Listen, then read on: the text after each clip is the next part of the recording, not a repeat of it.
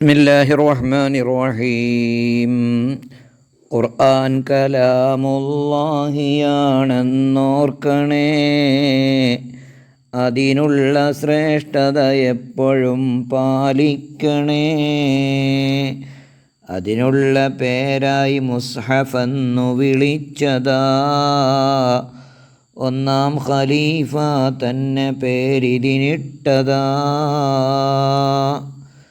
മുസ്ഹഫിലെ മീമിന് 3 ഹറക്കത്തുള്ളതാ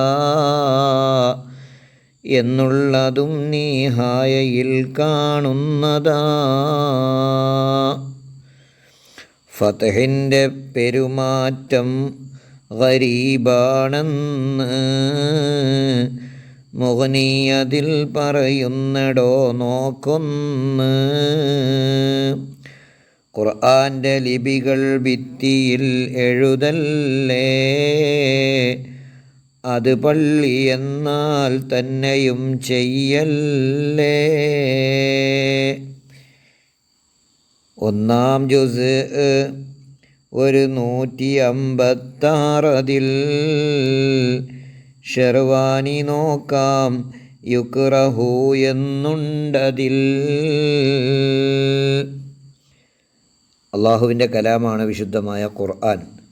അതിൻ്റെ ശ്രേഷ്ഠത എപ്പോഴും പാലിച്ചുകൊണ്ടായിരിക്കണം നാം പാരായണം ചെയ്യേണ്ടത്. ഒന്നാം ഖലീഫ അബൂബക്കർ സിദ്ദീഖ് റളിയല്ലാഹു അൻഹു ആണ് ഖുർആൻ രേഖപ്പെടുത്തിയ ഈ ഗ്രന്ഥത്തിന് മുസ്ഹഫ് എന്ന് പേര് നൽകിയത്. മുസ്ഹഫിൻ്റെ മീമിന് 3 ഹർക്കത്ത് ചെയ്തും വായിക്കാം. മുസ്ഹഫ്, മിസ്ഹഫ്, മസ്ഹഫ് എന്നീ 3 രൂപത്തിലും വായിക്കാമെങ്കിലും ഫതഹിൻ്റെ രൂപത്തിൽ വായിക്കൽ, മസ്ഹഫ് എന്ന് വായിക്കൽ വളരെ അപൂർവമാണ് എന്നാണ് മുഗ്നിയിൽ പറയുന്നത്. ഖുർആനിൻ്റെ ലിപികൾ ഭിത്തിയിൽ എഴുതൽ അത് പള്ളിയായാൽ പോലും പാടില്ല, കറാഹത്താണ് എന്നാണ് ഷെർവാനി എന്ന ഗ്രന്ഥത്തിൽ പറയുന്നത്.